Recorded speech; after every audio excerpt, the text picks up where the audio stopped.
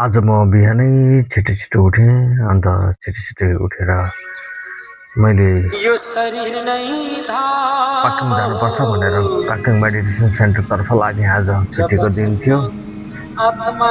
त्यहाँ नानीहरू पनि थिए अनि त्यहाँ गएर नानीहरूलाई भेट्ने थियो। ती नानीहरू त्यहाँ बाल विकास गरिरहेका थिए। साधु सन्तले बोलाउनु भएको थियो र कहिले कहिले आउन चाहिँ मन्दिरतिर भन्नुभएको थियो।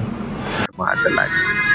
त्यहाँ गएर हाम्रो बिके दङ्गाल सरहरूलाई पनि भेट्छु र त्यहाँ भक्तहरूलाई पनि भेट्छु र मसिना नानीहरूलाई पनि भेट्छु भनेर म यो रोडाथाङदेखि पाक्किमतर्फ जाने बाटोमा हिँडिरहेको थिएँ। गाडीमा भजन लाउँदै सुनिरहेको छु। म यो पाचेखानीको पदमची जाने बाटोमा पुग्न आँटेँ। त्यहाँ एउटा चौतारा छ, त्यहाँ रुखहरू रोपेको रहेछ। शीतल, कति शीतल जग्गा है। यहाँबाट चाहिँ लेफ्टपट्टि चाहिँ पदमची जान्छ, पाक्किम जाँदा चाहिँ राइटपट्टि जानुपर्छ। राइटपट्टि म गएँ। बाटो राम्रो थियो। पाक्किम डिस्ट्रिक्ट पर्छ यो, सिक्किमको पूर्व सिक्किम। र म यहाँबाट गइरहेछु र कता कता गोलाइहरू है बार र यहाँ बेङथाङ बोर्ड पनि मैले देख्न पाएँ। र यहाँबाट म गएँ। पाक्किम पुग्दैछ। अब म पाक्किम पुग्दाखेरि मेरो फोन पनि गाडीमा हल्लिएर बाङ्गो पर्यो। माथि आकाशको क्षितिजको बिल्डिङका टुप्पाहरू खिच्न थाल्यो। मैले यसो अगाडि ठेलेँ फोनलाई, फेरि फोन उल्टा भएर लुथुर्कै झुन्डियो। अनि यो पाक्किम बजारबाट म जाँदैछु। भजन गाडीको गुन्जिरहेछ, मनलाई मुटुलाई छुइरहेछ। म एक्लै छु आज।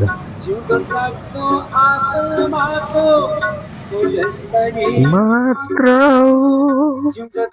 यो बेङथाङ वार्डमा खिचेको फोटो पनि माननीय मुख्यमन्त्री महोदय श्री प्रेम सिंह तामाङ गोलेज्यूको तस्बिर देखेर सम्मान जाग्यो मलाई। अब म पाक्किममा पुग्यो अरे पाक्किमदेखि ओह्रालो लाग्न थालेँ। नाम्चेबुङतर्फ लाग्दैछु। शान्ति टर्निङ नाम्चेबुङमा पुगेर नाम्चेबुङबाट दुईटा बाटो आउँछ, एउटा जङ्गलपट्टि जाने र हामी गान्तोकपट्टि नगएर जङ्गलपट्टि जाने हो पाक्किमबाट जाँदा। तर यो सुन्दैछु म यहाँ बाटो अलिकति बिग्रेको छ। खोल्सामा बर्खाभरिलाई यो बाटो गाडी पुग्दैन, हिँडेर जाने बाटो रहेछ। म जाँदा जाँदै एउटा जङ्गलको फरेस्टको एउटा बोर्डमा पुगेर अल्झिएँ र त्यहाँबाट मैले अब गाडी घुमाउनु पर्छ, गाडी नै लिएर भित्रै जानु पर्यो भनेर यो बोर्डदेखि म गाडी घुमाउने ठाउँ रहेछ। मैले गाडी घुमाएर फेरि ओह्रालो लाग्यो। तल्लो बाटो अलिकति लामो घुमेर जानुपर्छ, 1.5 किलोमिटर होला। त्यताबाट जाने विचार गरेर मैले गाडी घुमाएँ। तल अन्धेरीको बाटोमा आएपछि उता गान्तोक जाने बाटो नगएर म यता लेफ्टपट्टि लागेँ। जङ्गल फेरि मोबाइल घुमेछ। मैले मोबाइललाई फेरि सिधा बनाएर हिँड्दैछु। र गान्तोकबाट आउने मानिस चाहिँ त्यहाँ उकालो जानु पर्दैन, अन्धेरीको पुल तरेपछि सोझै आउनुपर्छ। अलिक सानो सानो बाटो छ, प्रकृतिको काखमा बसे झैँ तपाईँलाई लाग्नेछ। जङ्गल भएर म गएँ। रुखहरूले स्वागत गरिरहेका थिए, हाँगाबिङ्गाले स्वागत गरिरहेका थिए। जाँदा जाँदा एउटा छल बग्ने मैले झरना भेटेँ। पानी झरिरहेको थियो। मेरोमा समय थिएन, 10-11 बज्न आँटिसकेको थियो। म त्यहाँबाट फेरि लागेँ। आश्रम पुग्नुभन्दा अगाडि दुईटा बाटो आउँछ, एउटा उँभो जाने। गार्डलाई सोधेँ मैले, उँभो जाने बाटो होइन, यता लेफ्टपट्टि नै जानु भने त्यसै गएँ। अब मैले मन्दिरको चिरचिरीहरू देख्न थालेँ। कति भक्तहरूले यहाँ मेडिटेसन गरेको छ। यहाँ साधना शिविर लाग्छ, मेडिटेसन ट्रेनिङ हुन्छ यहाँनिर। सम्माननीय मुख्यमन्त्री महोदय श्री प्रेम सिंह तामाङ गोलेज्यूले यसलाई ओपनिङ गर्नुभएको 1 साल बितिसकेको छ। र म यहाँ गाडीभित्र गेटभित्र लाने विचार गरेँ। रमाइलो ठाउँ छ, घाम लाग्दा घमाइलो ठाउँ पनि छ। र यहाँ मैले पढेको बोर्डमा मिठो लेखेको छ, मानव धर्म मन्दिर कम मेडिटेसन सेन्टर। यहाँ सिक्किमभरि, दार्जिलिङ, कालिम्पोङ, खरसाङबाट यहाँ शिविर लाग्छ, ट्रेनिङ लाग्छ। ट्रेनिङ लाग्दा विज्ञ सन्त महात्मागणले मेडिटेसनको राइट वे फेरि सिकाउनुहुन्छ। त्यसलाई साधना शिविर भन्ने गरेका छौँ। र म यहाँ पुगेँ, मन्दिरमा पुगेँ। मैले आफ्नो गाडी राखेँ। अन्त यो मन्दिरको हेर्दै कस्तो के गरौँला, ध्यान गरौँला, के गरौँला, कहाँ पुगौँला, आत्माको कुराहरू जानुला, भित्री कुरा। र यहाँनिर सत्सङ्ग हल भनेर मिठो बोर्डमा लेखिएको छ त्यहाँ।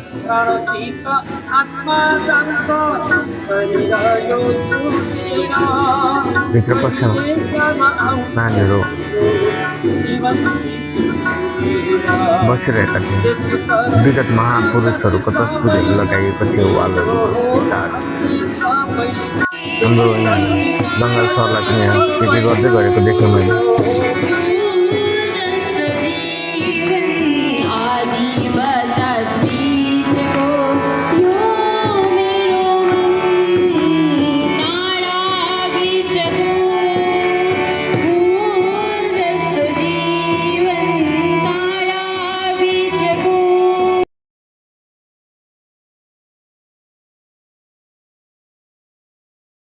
गुरु दरबारमा आउने, सत्सङ्गमा आउने, भजनको कमाइ गर्ने, सेवाको कमाइ गर्ने, दर्शनको कमाइ गर्ने प्रेरणा दिनुहुन्छ भने हाम्रो साथमा जाने असली धन पनि सेवाको कमाइ, सत्सङ्गको कमाइ, भजनको कमाइ अनि दर्शनको कमाइ नै हाम्रो निजी कमाइ हुनेछ।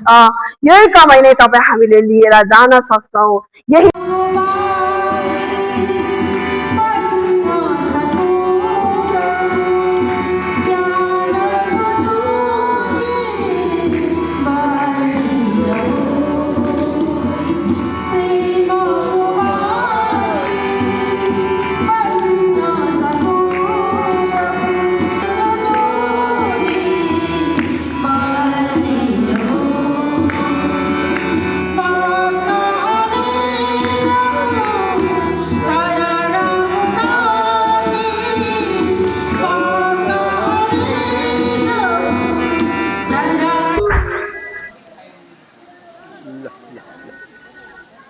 यो शरीर नै धाम हो। कति राम्रो बाहिर निक्लेर मैले फोटो खिचेँ। खेतबारीहरू हामी मसिनामा कान्ला कान्ला फाल मान्थ्यौँ। प्रकृतिको काखमा छ नाम्चेबुङको मेडिटेसन सेन्टर। म मनमोहक बनेको छु आज। अब हाम्रो फर्किने बेला भयो। हामी फर्क्यौँ। मुलुके पूजा बहिनीकोमा सत्सङ्ग छ भनेर बाइजीहरूलाई गाडीमा राख्यौँ र हामी त्यस मेडिटेसन सेन्टरबाट निक्ल्यौँ। बाहिर निक्लिँदैछौँ, जाँदैछौँ र बाहिर गेटबाट बाहिर निक्ल्यौँ र सानो पुचेको कुदेर भएको छ क्या त्यहाँनिर अगाडि सानो भाइ। यो सानो भाइले भजन गाउँदो रहेछ, छक्कै पारेको छ भाइ। भाइको भजन पनि म तपाईँहरूलाई सत्सङ्गमा लाग्छ। बाइजीहरूको गाडीमा हुनुहुन्छ, अर्को चन्द्रकान्त बाइजी र सानो बाइजी आनिमा बाइजी मेरो गाडीमा हुनुहुन्छ। हामी त्यहाँबाट मुलुकेतर्फ लाग्यौँ त्यही बाटो भएर र मुलुकेमा पूजा बहिनीको घरमा सत्सङ्ग कार्यक्रममा हामी अब बसिसकेका छौँ। साँझ परिसकेको छ। भाइको मिठो सत्सङ्ग भयो बाइजीको आज्ञा अनुसारले। त्यसको बादमा हाम्रो सचिव सुब्बाले आफ्नो मिठो वचनहरू राख्नुभयो। बाइजीको सत्सङ्गसँग हाम्रो कार्यक्रम सकियो।